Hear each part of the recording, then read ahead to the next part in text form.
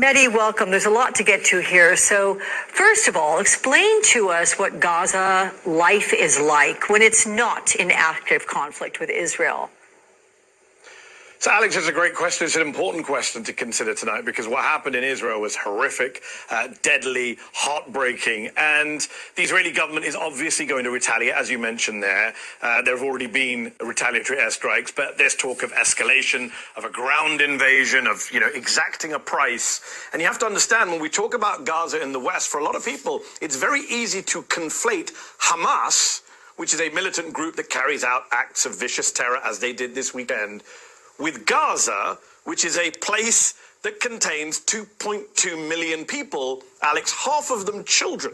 Half of the 2.2 million people are children, and it's one of the most densely populated places on planet Earth. You've got 2.2 million people crowded into 141 square miles. So they automatically become the victims of Israeli airstrikes because it's so crowded, because it's so densely populated. And it's basically like living, Alex, in an open-air prison. And those aren't my words. Those are the words of the former head of Israeli intelligence just a few months ago, Tamir Pardo. He said, "We're treating Gaza like an open-air prison." So that is the context that is so important for us to remember when we talk about Gaza as some kind of, strange, faraway place, people shouting with guns. It's actually a real place with real people, families, and they're living in horrific conditions, Alex. 59% of Gazans live in poverty, 63% food insecure, 70% of young people unemployed, 90% of Gazans have no access to clean drinking water. The UN Secretary General called it hell on earth. How much more hellish is it going to get in the coming days? Absolutely. We know tonight electricity has been cut off and the like. It was uttered on this program earlier to me that it is a place that is without hope. Does that accurately describe the area to you? I mean, if you've got 70% of young people with no job, you've got 50% of the territory living in poverty, and there's no end in sight for the occupation, the blockade.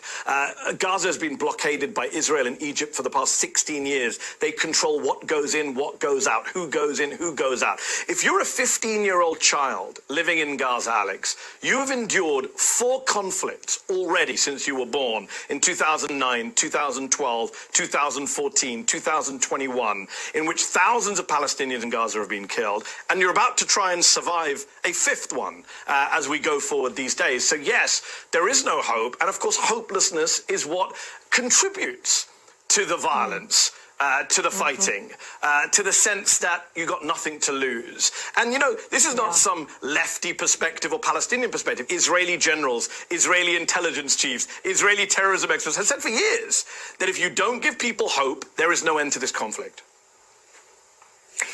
So, Mehdi, the Israeli Prime Minister warned actually civilians in Gaza, certainly those that are near the border with Israel, about what was coming and told them essentially, get out of the way. Here's the question. Where are they supposed to go? Yeah, as Jon Stewart famously said on The Daily Show once, what do you want Gazans to do? Swim for it? I mean, they are surrounded on all sides. As I say, there is this blockade that's been in place since 2007.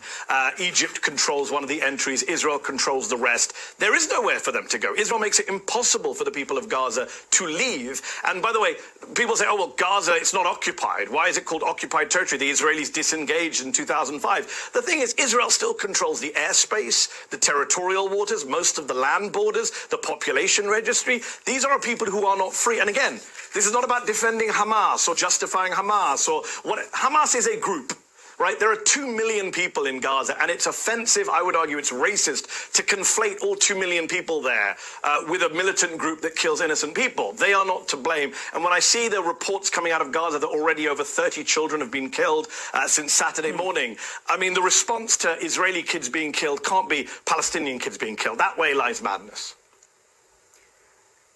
It's extraordinary when you talk about Hamas, and I think a lot of Americans don't understand exactly who they are, what they do, the way they run Gaza. So who are they aligned with, Mehdi?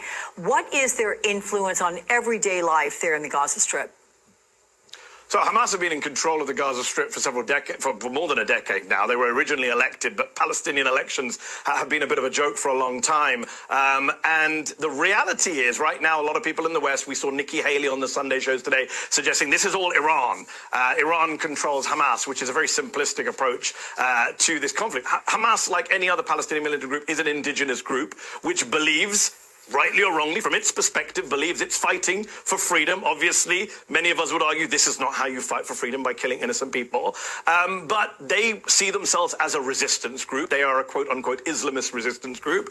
And therefore, right now, they've been in office for a while. Look, the question you have to ask, Alex, is what has happened in terms of negotiations with the Palestinians, whether it's Fatah in the West Bank, Hamas in Gaza? There has been no negotiations. A lot of people in Israel thought they could just manage this conflict forever, the status quo ante, just keep Gaza as it is, penned in, people in a cage for years to come. That's just not sustainable. Some of us were saying that for years. Jake Sullivan, Joe Biden's national security advisor, said a couple of weeks ago, well, there's more, it's quieter in the Middle East than it's been for a long time. Well, that quiet was never sustainable. To go back to what you said earlier, when you don't give people hope, they turn to the arms of groups like Hamas.